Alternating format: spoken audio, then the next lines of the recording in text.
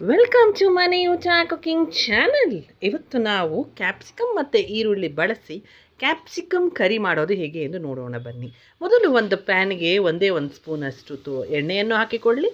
ಎಣ್ಣೆ ಕಾದ ನಂತರ ಕ್ಯೂಬ್ಸ್ ಆಗಿ ನಾವು ಆನಿಯನ್ನು ಮತ್ತು ಕ್ಯಾಪ್ಸಿಕಮ್ನ ಕಟ್ ಮಾಡ್ಕೊಂಡಿರೋದನ್ನ ವಾಶ್ ಮಾಡಿಬಿಟ್ಟು ಹಾಕ್ಕೊಂಡಿದ್ದೀವಿ.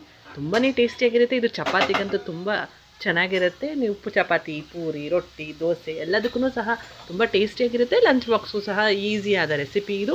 ಒಂದು ಅರ್ಧ ಗಂಟೆಯಲ್ಲಿ ಎಲ್ಲ ಕಟ್ ಮಾಡಿ ಇಟ್ಕೊಂಡಿದ್ರಿ ಅಂದರೆ ಒಂದು ಅರ್ಧ ಗಂಟೆಯಲ್ಲಿ ಟಕ್ ಅಂತ ಮಾಡಿಬಿಡ್ಬೋದು. ಅದನ್ನು ಫ್ರೈ ಮಾಡಿಬಿಟ್ಟು ಕ್ರಿಸ್ಪಿ ಆದ ನಂತರ ಸ್ವಲ್ಪ ಸೈಡ್ಗೆ ತಿಟ್ಕೊಳ್ಳಿ.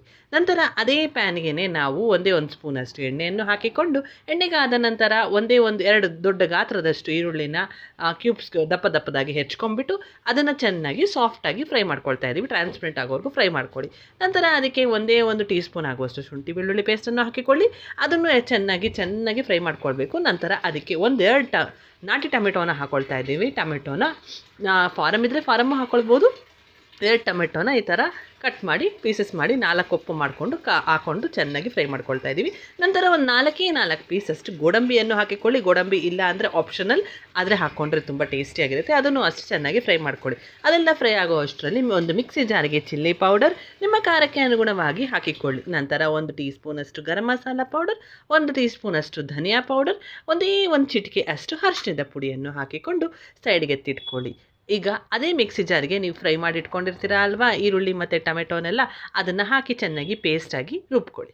ನಂತರ ಅದೇ ಪ್ಯಾನ್ಗೆ ಒಂದೇ ಒಂದು ಟೀ ಸ್ಪೂನ್ ಆಗುವಷ್ಟು ಎಣ್ಣೆ ಮತ್ತು ತುಪ್ಪವನ್ನು ಹಾಕಿ ಎಲ್ಲ ಕರಗಿದ ನಂತರ ಸ್ಪ್ರಿಂಗ್ ಆನಿಯನ್ನು ಹಾಕಿಬಿಟ್ಟಿದ್ದೀವಿ.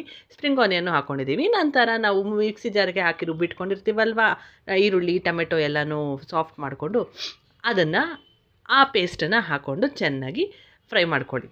ಇದಕ್ಕೆ ಇವಾಗಲೇ ರುಚಿಗೆ ತಕ್ಕಷ್ಟು ಉಪ್ಪನ್ನು ಹಾಕಿಕೊಳ್ಳಿ. ನಂತರ ನಿಮ್ಮ ಕನ್ಸಿಸ್ಟೆನ್ಸಿಗೆ ಅನುಗುಣವಾಗಿ ನೀರನ್ನು ಹಾಕಿಕೊಳ್ಳಿ. ನಿಮಗೆ ಗಟ್ಟಿ ಬೇಕು ಅಂದರೆ ಗಟ್ಟಿ ಇರಲಿ, ನೀರು ಬೇಕು ಅಂದರೆ ಸ್ವಲ್ಪ ನೀರು ಜಾಸ್ತಿ ಹಾಕ್ಕೊಳ್ಳಿ. ಸ್ವಲ್ಪ ಕಾದ ನಂತರ ನೀವು ಇದಕ್ಕೆ ಕ್ಯಾಪ್ಸಿಕಮ್ ಮತ್ತು ಈರುಳ್ಳಿನ ಫ್ರೈ ಮಾಡಿ ಇಟ್ಕೊಂಡಿರ್ತೀರ ಅಲ್ವ, ಅದನ್ನು ಹಾಕಿ ನಂತರ ಇದಕ್ಕೆ ಕೊತ್ತಂಬರಿ ಸೊಪ್ಪನ್ನ ಸ್ವಲ್ಪ ಹಾಕಿಬಿಟ್ಟು ಒಂದು 5 ನಿಮಿಷ ಈ ಥರ ಚೆನ್ನಾಗಿ ಕುದಿಯಲು ಬಿಡಿ. ನೋಡಿ, ಈ ಥರ ನೊರೆ ಬರಬೇಕು, ಅಲ್ಲಿವರೆಗೂ ಚೆನ್ನಾಗಿ ಕುದಿಯಲು ಬಿಡಿ.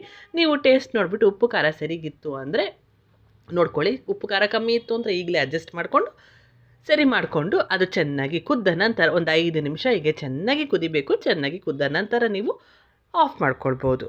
ತುಂಬ ಟೇಸ್ಟಿಯಾದ ರೆಸಿಪಿ, ತುಂಬ ಈಸಿನೂ ಸಹ. ನೀವು ತೆಳ್ಳಗೆ ಬೇಕು ಅಂದರೆ ತೆಳ್ಳಗೆ ಮಾಡ್ಕೊಳ್ಬಹುದು, ಗಟ್ಟಿಗೆ ಬೇಕು ಅಂದರೆ ಗಟ್ಟಿ ಮಾಡ್ಕೊಳ್ಬಹುದು. ನೀವು ತೆಳ್ಳಗೆ ಬೇಕು ಅಂದರೆ ನೀರು ಜಾಸ್ತಿ ಹಾಕ್ಕೊಳ್ಳಿ, ಗಟ್ಟಿ ಬೇಕು ಅಂದರೆ ಸ್ವಲ್ಪ ನೀರು ಹಾಕ್ಕೊಳ್ಳಿ. ಗೋಡಂಬಿ ಹಾಕಿರೋದ್ರಿಂದ ಅದು ಗಟ್ಟಿ ಆಗುತ್ತೆ ಅಷ್ಟೇ. ಕ್ಯಾಪ್ಸಿಕಮ್ ಮತ್ತು ಆನಿಯನ್ ಮಸಾಲ ಕರಿ ಸವಿಯಲು ಸಿದ್ಧ. ಮಾಡ್ಕೊಳ್ಳಿ, ತಿನ್ಕೊಳ್ಳಿ. ನಿಮಗೆ ನಮ್ಮ ಚಾನಲ್ ಇಷ್ಟವಾದಲ್ಲಿ ಇದೇ ಅಲ್ವಾ, ಪ್ಲೀಸ್ ಲೈಕ್, ಶೇರ್, ಸಬ್ಸ್ಕ್ರೈಬ್ ಮಾಡಲು ಮಾತ್ರ ಮರಿಬೇಡಿ. Thank you.